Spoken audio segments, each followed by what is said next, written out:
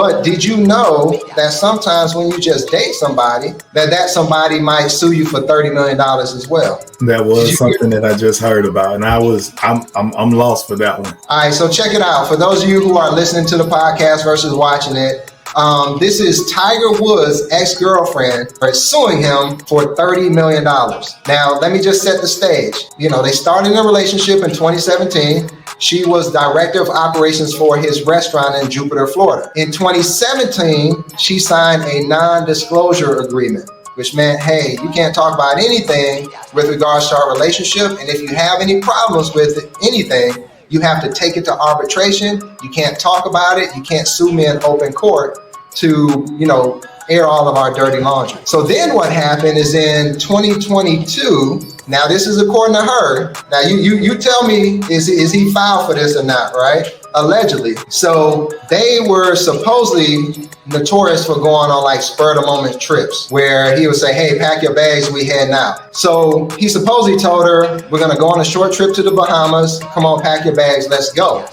But then once they got to the airport, he said, hey, here are my attorneys, go talk to them. And the attorneys was from his trust because his house is in a trust. And after that, she said they informed her that Tiger Woods said, you're not getting on this plane. Matter of fact, you're not going anywhere, right? You're not going back home because Tiger Woods don't want you there any longer. You'll never see him again in life. And they asked her to sign another non-disclosure agreement. Now, what they did supposedly talk to her about is other accommodations so that she wouldn't find herself without a place to stay. However, what she's suing him for is for two things. The first, she's suing him for $30 million, saying that we had an agreement that was supposed to last 11 years. We were together 6 years. And that agreement means that I can stay in the home for another 5 years. This is what she claims. And then she takes that 5 years that she was supposedly going to be able to stay in the house and say, this is how much it costs to rent this house every month. So therefore, I'm going to sue you for $30 million. The second lawsuit is saying this non-disclosure agreement that I signed, I don't want to abide by it.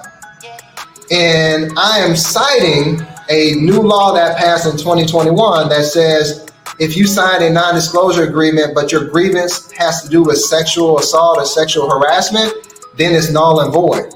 And that's what she didn't put details, but that's what she insinuated by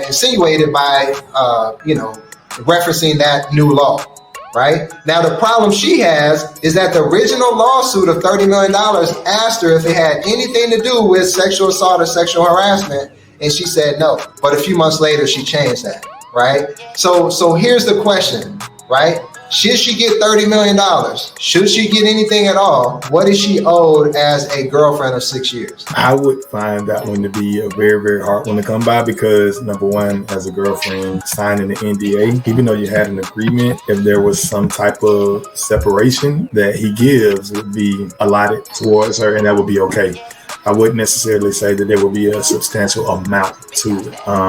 As someone who dealt with that field a lot working in banking, the girlfriend never really got anything. So I would be shocked to see if she received any of this on the lawsuit. Yeah, a lot of legal experts who aren't associated with the case are saying the exact same thing. Like, the girlfriend doesn't have any rights to anything, let alone to $30 million. Now, she says she negotiated with Tiger Woods Trust, which his home is in the trust, obviously for good reasons, because you could get sued by your ex-girlfriend to live in the home that he still supposedly lives in with his kids.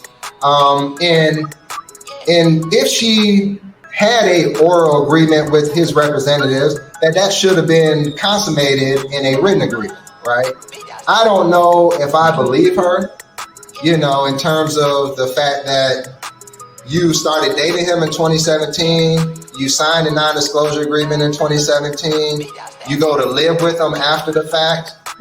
And then it was, not only was it after you broke up, but it was after your initial lawsuit where you said it had nothing to do with sexual harassment.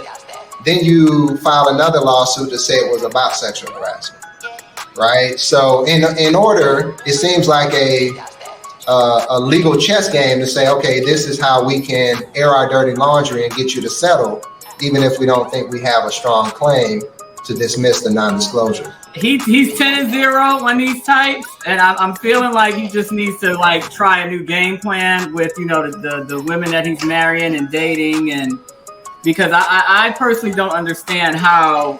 I mean, I don't know. I mean, I've been married 20 years. I've been out of the game for a minute, so I have no idea how you can sexually harass someone that you're in a relationship with, but an active relationship, like a consensual active relationship. So I'm still trying to understand that.